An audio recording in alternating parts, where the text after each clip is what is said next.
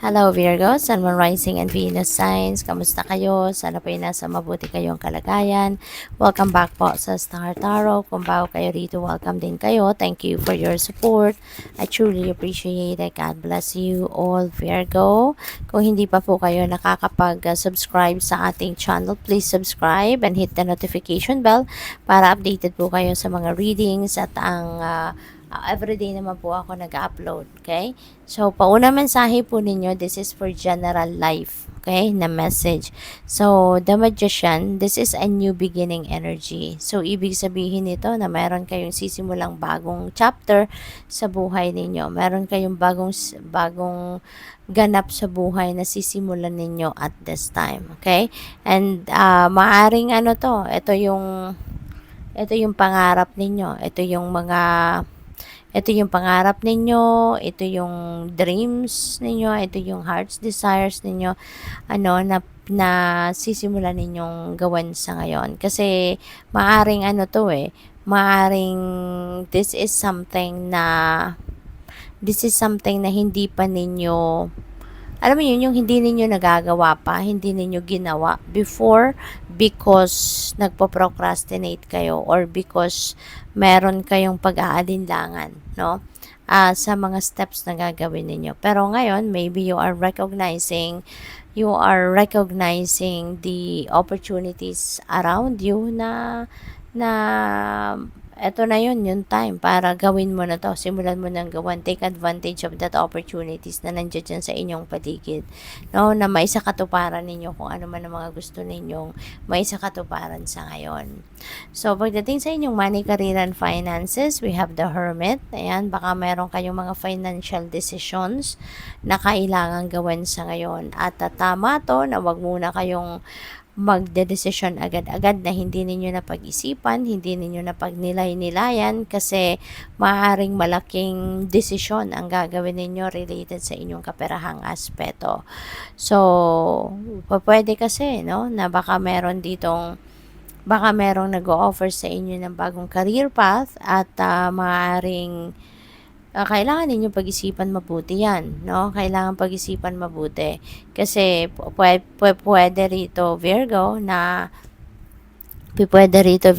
ang desisyon na to, something na,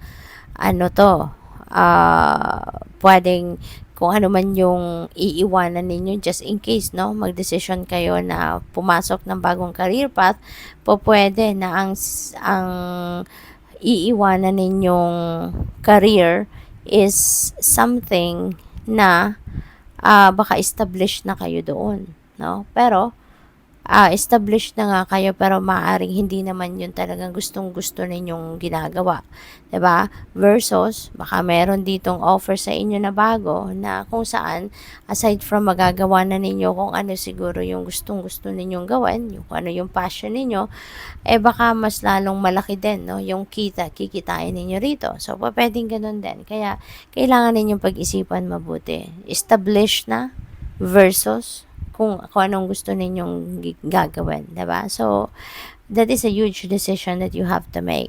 At pwede rin na baka mayroong mga investment schemes dito, may mga investments offer dito sa inyo na kailangan din yung pag-isipan. No? So, pwedeng ganun din ang ganap. Kasi, syempre, baka malaking pera ang involved dyan sa sitwasyon na yan. So, along those lines, no, ang pwedeng pag-iisipan ng iba sa inyo sa ngayon dito. Kaya, bigyan ninyo ng oras, panahon at attention ito because this could be a life-changing decision na kailangan ninyong harapin sa ngayon.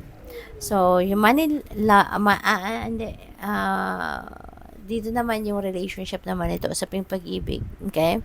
So, we have the moon. This is still about decision making. So, Virgo, parang overhauling, no? Yung nangyayari or mangyayari dito sa buhay ninyo.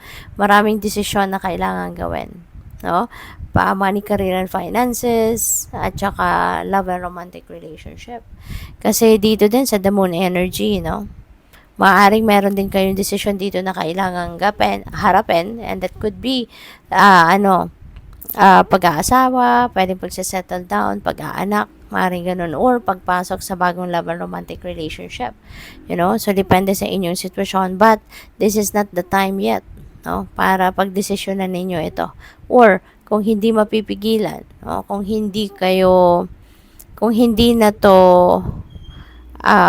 makakapag-antay, 'di ba? Yung kailangan na ninyo talagang pagdesisyonan ito sa ngayon. Sumunod kayo sa inyong intuition. Pakinggan ninyo yung inyong intuition kasi when you allow your intuition to be your guide, no, makakasiguro ka na hindi ka magsisisi diyan kasi it will lead you to the right path. It will lead you to the right decision. Okay? Kaya anumang bagay ito, no, na pagdedesisyonan ninyo rito, sundin ninyo yung bulong ng iyong intuition and makakasiguro ka na magiging at peace ka sa magiging decision mo. Kung ano man ang mangyayari sa sitwasyon na to, you will be at peace kasi alam mo na sinunod mo kung ano ang guidance ng Divine Universe sa iyo. Okay? At saka pay attention kayo sa inyong mga panaginip. Okay? Meron kayong mga panaginip lately, paanohin ninyo yan. Pay attention to that. Pay attention sa mga elements, no, na lumabas sa inyong panaginip because ito, meron kayong mga mensahe rito na makukuha or nakukuha na, alam mo yun, mag-aano sa inyo ito. Tawag dito, maggagabay sa inyo rito kung paano ninyo ina-navigate ang inyong mga current circumstances. Okay? So, tingnan natin kung ano yung message naman ninyo, final message ninyo. Okay? So, final message ni Virgo. And maraming salamat din, no, sa mga nagsisend ng donasyon sa ating channel, sa mga nagsusubscribe sa ating channel, at saka sa mga nagsisend ng super thanks. Okay? Thank you. Final message ninyo, relax. Ayan, kailangan ninyo na magnilay-nilay, magmuni-muni, magpahinga muna. Kasi nga, mayroon din kayong sisimulang bagong ganap sa buhay, no? With the Magician, diba? Kaya kailangan ready kayo. You need to be physically, mentally, and emotionally fit and ready. Kaya kailangan na makapag-relax kayo, no? Para ma-replenish muna ninyo yung lost energy ninyo, para makabawi muna ang inyong katawan, from the stress na naranasan ninyo in the past. Para ready kayo, handa kayo sa pagsisimula ng bagong chapter sa buhay ninyo. Okay? So, good luck. Thank you for watching. Love and light. Namaste.